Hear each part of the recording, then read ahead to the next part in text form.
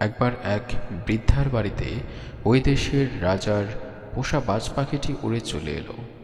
বৃদ্ধা পাখিটিকে ধরে আফসোস করে বলতে লাগলো, আহ, বাদশার বিলাসিতায় তোর এই দুর্দশা। খাঁচায় আটকে রেখেছিল এতদিন, নখগুলো কেটে দেয়নি তোর। ইস, নখগুলো কত বড় হয়ে গেছে। এই বলে সে দা দিয়ে বাজ পাখির সব নখগুলো গোড়া থেকে কেটে দিল।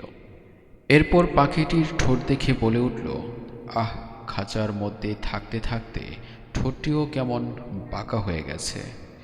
আয়, তোর বাঁকা ঠোঁট সোজা করে দেই।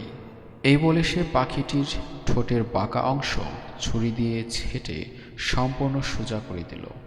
এরপর বাজ পাখিটি আর কোনোদিন পায়ের নখ দিয়ে ছোঁ মেরে শিকার ধরতে পারল না এবং ঠোঁট দিয়ে কোনোদিন ছিঁড়ে ছিঁড়ে শিকারের মাংসও খেতে পারল না।